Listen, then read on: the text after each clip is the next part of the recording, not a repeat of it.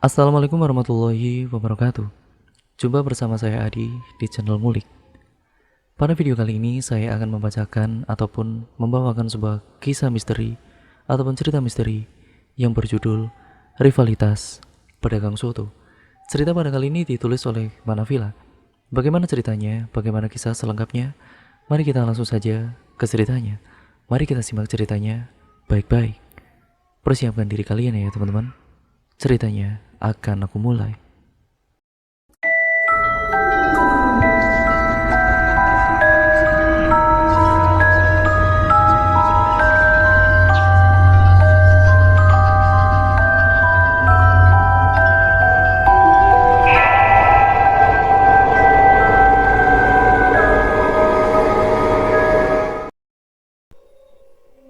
Rivalitas Pedagang Soto, karya dari Manavila.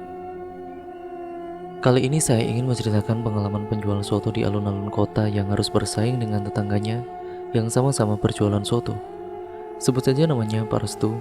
Beliau melihat tetangganya yang sedang sakit-sakitan selama hampir setengah tahun lamanya ada di rumah tidak bisa berjualan. Sakit karena apa? Nah ini yang akan diceritakan. Tetangganya ini namanya Pak Anum. Pak Anum yang juga penjual soto yang sama-sama berjualan di alun-alun kota. Sebagai tetangga, Pak Restu dan juga Pak Anum terbilang sebagai orang yang sangat baik. Tapi kebaikan keduanya hanya sebuah perilaku yang ditutup-tutupi oleh Pak Anum. Awal kisahnya di tahun 2013, Pak Restu kemudian memulai usahanya dari lapak yang ditinggalkan saudaranya. Nah, di sebelahnya kurang lebih 20 meter itu ada warung soto lain yang ternyata warung sotonya Pak Anum. Pak Anum sudah lama berjualan dari kisaran tahun 2007, sedangkan Pak Restu baru memulai berjualan dari tahun 2013. Pak Anum yang secara memasaknya luar biasa enaknya, jadi banyak pelanggan yang datang untuk merasakan sotonya Pak Anum. Pak Restu yang melihat warung sotonya Pak Anum selalu ramai dan juga merasa kalau Pak Anum ini mempunyai resep yang sangat enak. Nah, Pak Restu ini belajar dari Pak Anum. Pak Anum, boleh enggak saya menimba ilmu dari Bapak? Soalnya saya rasakan sendiri kalau sotonya Pak Anum ini sangat enak. Pak Anum yang melihat keinginan dari Pak Restu dan juga Pak Anum melihat Pak Restu yang dulunya kulis rabutan mempunyai keinginan berjualan, akhirnya resep soto pun dibagi, tapi tidak semuanya, hanya sebagian saja. Pak Restu yang sudah punya pondasi dasar karena dulu dirinya pernah ikut kerja di salah satu warung makan yang kebetulan juga warung makan soto. Nah, resep dari Pak Anum ini dipadukan dengan resep soto yang pernah dia pelajari dulu. Nah, dia lakukan satu demi satu resep dicampur. Pak Restu yang mulai usahanya di tahun 2013 itu, resep dari Pak Anum yang dipadukan dengan resep sebelumnya membuat para pelanggan berdatangan. Membludaknya pelanggan sampai warungnya penuh, dan itu berlanjut terus-menerus sampai 1 tahun lamanya. Sampai di tahun 2014, warung sotonya Pak Restu dikenal di alun-alun tersebut. Kalau tidak warungnya Pak Anum, ya warungnya Pak Restu. Keduanya sangat terkenal dengan rasa sotonya yang enak. Namun Pak Anum yang merasa pernah memberikan resep kepada Pak Restu itu tidak suka karena merasa dirinya akhirnya tersaingi. Pak Anum yang datang ke warungnya Pak Restu. Saya datang ke sini bukannya saya itu senang karena usahanya sampean itu maju, tapi semenjak sampean buka soto seperti saya itu, saya kok merasa pelanggan saya itu banyak yang lari kepada sampean. Lah, terus kenapa? Ya begini saja.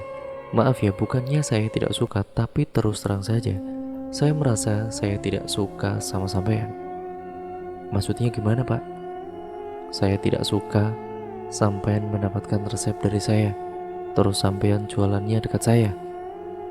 Oh, alah soal itu. Ya iyalah, makanya saya minta sama Pak Restu. Ya Mbok ya, jualan itu jangan ngambil pelanggan saya, cari pelanggan yang lain. Maaf Pak, demi apapun saya itu tidak pernah yang namanya mengambil pelanggan sampean. Orang mereka itu datang dengan sendirinya, dan saya pun tidak pernah bilang sama siapapun. dari satu pelanggan ke pelanggan yang lain. Jangan ke tempatnya Pak Anum ya, di sana tidak enak. Saya tidak pernah bilang seperti itu Pak. Jangan berprasangka buruk sama saya Pak. Saya itu tidak berprasangka buruk sama sampean, tapi itu kenyataannya. Pelanggan saya itu hampir sebagian besar ke warung sampean. Apa jangan-jangan sampean pakai penglarisan? Punya hal gaib yang saya tidak tahu? Dijawablah sama Pak Restu. Astagfirullah. Saya jadi orang itu bukan orang yang suka hal-hal klinik semacam itu Pak. Ya, saya itu apalagi ya sampai pakai penglaris seperti itu. Soal gaib itu tidak diizinkan Pak, dan tidak diperbolehkan secara syariat agama. Sampean kan tahu kita sebagai tetangga, kita ya jamaah bareng di musola. Sampean sampai tega bilang seperti itu sama saya kalau saya ini pakai penglaris. Saya pakai media gaib. Biasanya kayak gini Pak Restu. Sampean itu kan awalnya biasa-biasa saja, tapi sekarang sudah bisa kayak gini, dan sudah punya usaha warung soto di alun-alun. Ya jujur saja, saya itu tidak suka sama sampean kalau sampean itu mau mengambil pelanggan saya. Jangan di depan mata saya, camkan itu Pak. Ya terus saya harus bagaimana Pak? Saya harus gimana? Ya sampean itu harus pindah, jangan di dekat saya jualannya. Terserah Pak Restu, mau di belakang alun-alun, mau di mana, yang penting jangan di dekat warung saya. Singkat ceritanya, daripada menimbulkan pertengkaran, akhirnya warung sotonya Pak Restu pindah yang berjarak kurang lebih 1 km dari warung yang lama. Walaupun sudah jauh dari Pak Anum, tetapi tidak membuat warung sotonya Pak Restu ini sepi pembeli. Bahkan ada yang bertanya, "Loh, kenapa sampean kok pindah Pak? Di alun-alun kan ramai banget, banyak pengunjung yang datang." Pak Restu pun menjawab pertanyaan dari pengunjung itu. "Saya sukanya ya buka di sini deh, bukannya nggak mau di sana. Tempat yang di sana itu kan diambil sama adik saya. Nah, saya itu kan numpang, jadinya saya pindah saja ke sini." Dengan alasan seperti itu, padahal Pak Restu memang disuruh pindah, disuruh menjauh dari warung sotonya Pak Anum. Tapi itu alasan Pak Restu bilang ke para pelanggan yang datang ke warung sotonya. Semenjak pindah ke tempat saat itu, ya banyak orang yang mencari warung sotonya dari Pak Restu ini. Bahkan ada yang menanyakan kepada adiknya Pak Restu, yang memang lapak lama itu digunakan untuk berjualan es. Adiknya yang ditanya pun menjawab kalau Pak Restu pindah di belakang alun-alun. Pelanggan itu datang semuanya. Satu persatu pelanggan yang dulu ada di alun-alun mereka kembali lagi, tapi kembalinya itu diikuti pelanggannya Pak Anum. Loh, bukannya mereka itu pelanggannya Pak Anum ya? Yang membuat Pak Restu itu sampai bingung. Dan itulah yang membuat Pak Anum datang lagi ke tempatnya Pak Restu dan membuat isu yang tidak-tidak. "Weh Pak Restu, kenapa sampean itu ngeyel banget sih? Sampean kan sudah saya suruh pindah, tapi kok pelanggan saya itu masih banyak yang ikut ke sini tuh gimana? Apa sampean sengaja bilang kalau warung saya itu tidak enak ya?" "Saya itu tidak pernah kayak gitu Pak, dan saya pun tidak pernah menarik siapapun, apalagi pelanggan Pak Anum. Ya kalau orang mau merasakan masakan di saya ya monggo, mau merasakan di sampean ya monggo saja. Saya itu tidak pernah bilang ke siapapun rasa soto saya itu lebih enak daripada sotonya sampean. Saya tidak pernah bilang seperti itu, tapi orang-orang ya datang sendiri. Ya saya harus bagaimana? Yang bilang sendiri, dan juga saya pun dengar sendiri, soto di tempat saya itu lebih enak daripada di tempatnya sampean." "Alah, sampean itu Pak Restu pasti menggunakan penglaris. Sampean sudah pernah nyuruh saya pindah. Ini datang lagi sampean bilang kepada saya kalau saya menggunakan penglaris. Saya orangnya itu terima saja Pak. Tapi kalau terus-terusan Pak Anum tidak senang dengan saya, ya kita memang tetangga Pak. Tapi kalau sampai ya kita memang tetangga Pak.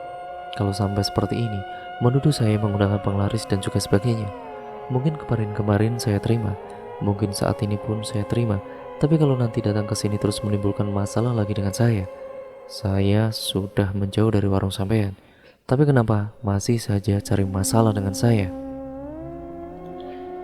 Keduanya yang tinggal bersebelahan hanya berjarak 7 rumah di lingkungan rumah Pak Anom menggosipkan atau memfitnah kalau sotonya Pak Restu itu ada penglarisnya, yang membuat tetangganya itu ada yang termakan omongannya Pak Anom sampai mereka itu enggan lagi membeli di tempatnya Pak Restu. Para tetangganya yang melihat apa yang dimiliki Pak Restu semenjak berjualan soto memang secara perekonomiannya itu perlahan berubah menjadi lebih baik lagi dari sebelumnya. Sekarang Pak Restu punya kulkas, rumah direnovasi, bahkan membeli motor secara kontan membuat hasutan itu semakin menjadi-jadi.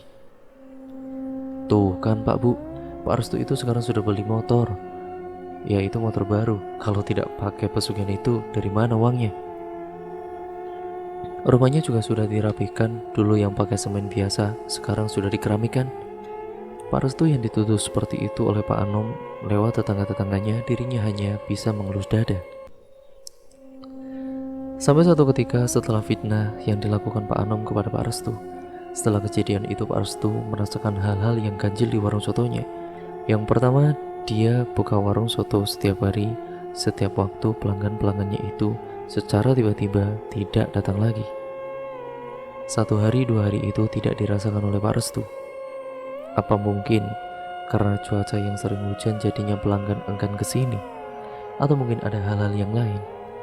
Pak Restu yang tidak begitu berpikir kalau semuanya itu ada hal-hal yang ganjil. Akan tetapi, 1 minggu 2 minggu terus-menerus diamati, dilihat dan juga direnungkan. Kok warung sotonya saya akhir-akhir ini kok sepi? Apa orang-orang sudah bosan sama soto saya? Istrinya Pak Restu pun kemudian sempat bingung, tidak biasanya sepi seperti ini. Kok aneh ya Bu? Ya aneh gimana Pak? Sudah 2 minggu kita jualan soto dari pagi sampai malam. Ini kok belum ada 10 porsi ya Bu yang terjual? Tidak seperti biasanya yang banyak pelanggan datang. Benar juga sih Pak, dari kemarin sepi pembeli. Gimana Bu?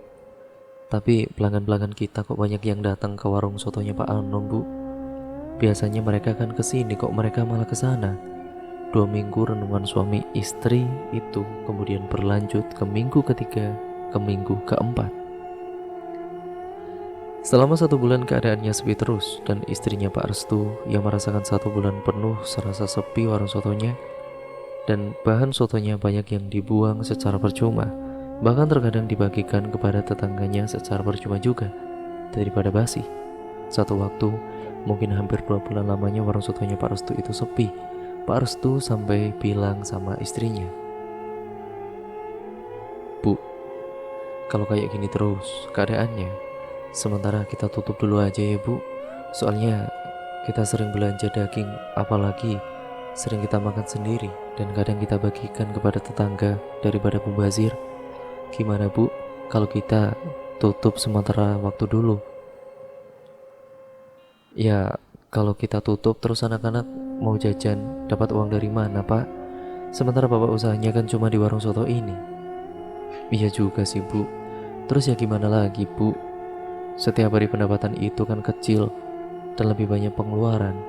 Kalau lama-kelamaan seperti ini kan bisa gulung tikar kita Bu.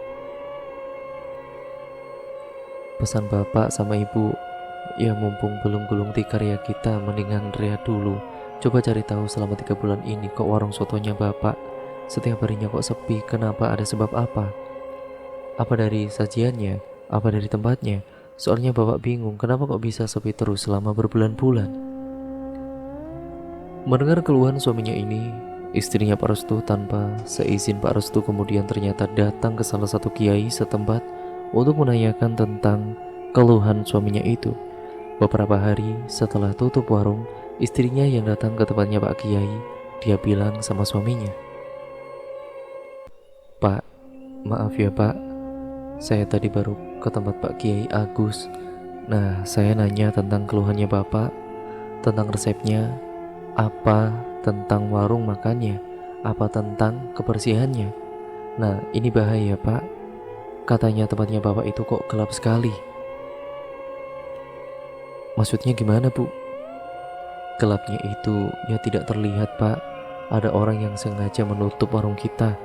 Walaupun kita buka, itu orang-orang tidak bakal tahu kalau kita itu sebenarnya buka warung. Ya paling-paling ada yang datang, tapi semua itu tidak bakal bisa maksimal karena ada orang yang sengaja jahil sama kita, Pak. Orang yang tidak suka dengan kita. Terus orang itu ternyata sengaja membuat warung kita itu ya seperti warung yang tertutup. Terus yang sengaja berbuat jahat ke warung kita itu siapa, Bu? Ya, ibu nggak tahu, Pak. Soalnya Pak Kiai itu bilang sama ibu kalau dia juga tidak mau bilang siapa dan tentang apapun tentang orang itu yang sudah mengirim hal-hal gaib yang bisa menutup warung kita ini. Pak Restu setelah mendengar jawaban dari istrinya itu, keesokan harinya mereka datang secara langsung ke tempat Pak Kiai. Maaf Pak Kiai, tentang tempat saya yang gelap itu maksudnya bagaimana? Itu semua ada sesuatu yang ada di depan warung milik sampean itu, Pak. Sesuatu bagaimana Pak Kiai? Iya, pokoknya ada yang sengaja menaruh hal-hal yang negatif, hal-hal gaib di depan warung sotonya sampean itu. Setelah Pak Restu mendengar hal tersebut, dia meminta tolong sama Pak Kiai. Saya minta tolong, bantu saya kalau warung sotonya ini tutup. Anak-anak saya, keluarga saya mau makan apa, Pak? Sementara itu satu-satunya usaha saya itu ya warung soto itu, Pak. Tolong bantu saya, Pak, agar usaha saya itu bisa lancar kembali seperti sedia kala.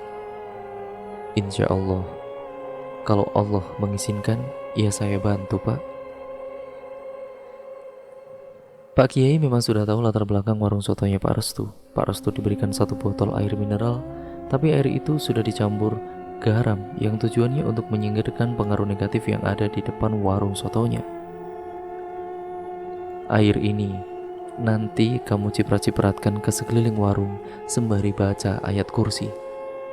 Itu saja Pak Kiai. Iya, begitu saja. Ya kalaupun ada yang sengaja mengirimnya, mungkin kalau Allah mengizinkan dan berkehendak, bisa jadi itu akan menyerang balik si pengirimnya. Tapi jangan berharap kalau sihir itu nanti balik ke pelaku.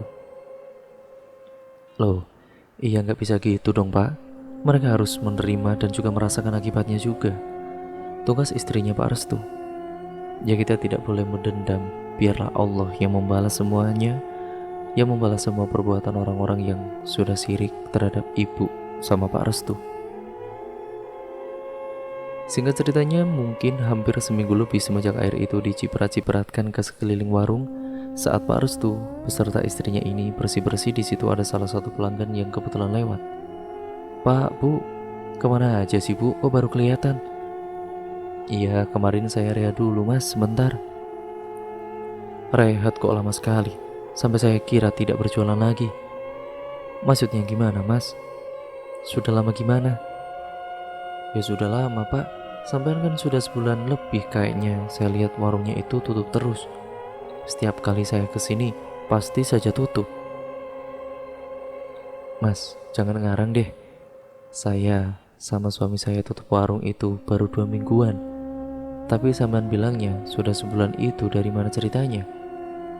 Tapi saya lihat sendiri Bu, kalau warung sotonya Pak Restu 1 bulan penuh itu, ya mungkin sampai 2 bulan 3 bulan itu tidak berjualan. Tapi saya itu libur belum ada setengah bulan. Ya sudah, terserah ibu sajalah. Tidak hanya satu orang saja Pak Restu yang melihat, orang sekitar yang juga termasuk pelanggannya. Pak Restu menanyakan kepada orang itu, apa benar yang dilihat orang-orang ini kalau 1 bulan warung sotonya ini tutup? Jawaban dari orang-orang itu pun sama dengan pelanggan yang pertama. Hampir lebih dari 4 orang yang mengatakan sama kalau warungnya Pak Restu ini tutup 1 bulan lebih, yang membuat Pak Restu keheran-heran. Ya ternyata benar apa yang disampaikan oleh Pak Kiai. Ada hal-hal yang menutupi warung sotonya tersebut. Nah, kemudian setelah hari itu Pak Restu membuka warung sotonya lagi. Awal-awal dia buka warung sotonya tidak langsung ramai, tapi dari satu mulut ke mulut yang lain. Beberapa hari setelah Pak Restu ini buka warung, mungkin setelah 1 minggu pelanggan-pelanggan itu balik lagi ke tempatnya. Semua terasa kembali normal lagi dan juga bukan hanya itu saja, setelah hampir 2 bulan pelanggan itu seperti terhipnotis atau seakan-akan ada magnet tersendiri yang membuat pelanggan itu seakan-akan menuju ke tempatnya Pak Restu, yang membuat Pak Restu merasa ada yang sangat aneh. Pak Restu sendiri tidak enak juga sama Pak Anom karena pelanggannya itu ke tempat dirinya kembali. Pak Restu yang mengenal orang-orang yang sering ke tempatnya Pak Anom dari ciri-ciri mobilnya, wajahnya itu semuanya pelanggannya Pak Anom. 3 bulan itu benar-benar normal kembali. Kejayaan warung sotonya Pak Restu benar-benar mengalahkan warungnya Pak Anom lagi. Namun di balik kesuksesannya Pak Restu, Pak Anom sudah tidak lagi membuka warung sotonya karena keadaannya yang ternyata sakit-sakitan. Pak Restu yang sebagai tetangga menjenguk kemudian bersama istrinya. Melihat kondisi Pak Anom yang sakit-sakitnya, Pak Restu yang sebagai tetangganya menjenguk bersama istrinya. Melihat kondisi Pak Anom yang sakitnya itu tidak jelas, sudah diperiksakan dari beberapa dokter yang kata istrinya itu sakitnya aneh dan tidak jelas. Ada yang bilang itu lambung, ada yang bilang katanya liver. Tapi semua obat yang diberikan dari dokter itu tidak membuat keadaan Pak Anom membaik. Malah semakin hari semakin memburuk, perutnya yang mengeras, wajahnya juga yang menjadi pucat, dan juga perutnya ini mengeras. Setiap hari selalu kesakitan, semua obat tidak membuatnya pulih ataupun sembuh. Pak Restu sempat menanyakan kepada istrinya Pak Anom, apa mungkin ada hal-hal yang di luar nalar, yang barangkali ada hal-hal gaib yang membuat suaminya ibu itu seperti ini. Nah, istrinya Pak Anom ini memang tidak percaya dengan hal-hal mistis, tapi karena saran dari Pak Restu, akhirnya istrinya ini minta kepada istrinya Pak Restu untuk diantar ketemu dengan Pak Kiai. Dan ternyata semua itu karena perilakunya sendiri. Sihir yang pernah dilakukan kepada orang lain justru menempatkan dirinya sendiri, ataupun ya mungkin berbalik menyerang dirinya sendiri. Ini yang membuat kondisinya Pak Anom susah untuk disembuhkan. Pak Kiai yang menjelaskan seperti itu kepada istrinya Pak Anom dan membantu untuk menghilangkan pengaruh sihir di tubuhnya Pak Anom. Setelah dibantu oleh Pak Kiai, keadaan Pak Anom semakin membaik dan akhirnya Pak Anom pun mengakui sejujur-jujurnya kalau dirinya yang pernah melakukan hal kotor terhadap Pak Restu. Pak Restu sendiri yang mendengar pengakuan dari Pak Anom sempat kaget dan tidak menyangka sama sekali. Astagfirullah, kalaupun memang saya punya salah ya saya minta maaf sama sampean. Saya yang salah, saya sudah melakukan hal-hal gaib dengan menaruh sesuatu di tempat sampean. Saya minta maaf Pak. Setelah kondisi keduanya ini sudah kembali sebagai tetangga yang baik, Pak Restu meminta Pak Anom untuk membuka kembali warung sotonya. Tapi waktu itu Pak Anom sudah tidak punya modal lagi karena sudah pulang balik ke rumah sakit terus menerus, yang akhirnya modal usahanya ini habis dan tidak bisa buka warung sotonya kembali. Pak Restu yang melihat keadaannya itu, dengan diam-diam dia memberikan sebagian uangnya untuk bisa membuat warung sotonya itu berdiri lagi. Dan dengan pinjaman dari Pak Restu, Pak Anom kembali membuka usaha warung sotonya. Selama hampir 1 tahun pinjaman dari Pak Restu bisa dikembalikan. Keduanya sampai sekarang ini masih berjualan dengan damai. Dan cerita pun akhirnya selesai sampai di sini ya teman-teman. Terima kasih untuk kalian semua yang sudah menyimak video kali ini. Jangan lupa untuk kalian like, comment, dan share video kali ini sebanyak-banyaknya. Dan jangan lupa pula untuk kalian klik tombol subscribe serta nyalakan tombol lonceng notifikasinya agar kalian tidak ketinggalan video terbaru selanjutnya dari channel ini. Terima kasih untuk kalian semua yang sudah menyimak video kali ini dan juga mensupport channel ini dari awal sampai sekarang ini. Jangan lupa juga ya teman-teman, baik buruknya apapun yang terkandung dalam video kali ini ataupun cerita kali ini, kalian bisa ambil sisi baik ataupun nilai moralnya. Yang baik kalian ambil, yang buruk kalian buang jauh-jauh. Sekian dan terima kasih, sampai berjumpa di video yang selanjutnya. Kurang lebihnya mohon maaf apabila salah kata, banyak sekali yang saya ucapkan, ataupun narasi saya yang mungkin kurang jelas dalam membacakan narasi video pada kali ini. Sekian dan terima kasih, sampai berjumpa di video yang selanjutnya. Wassalamualaikum warahmatullahi wabarakatuh.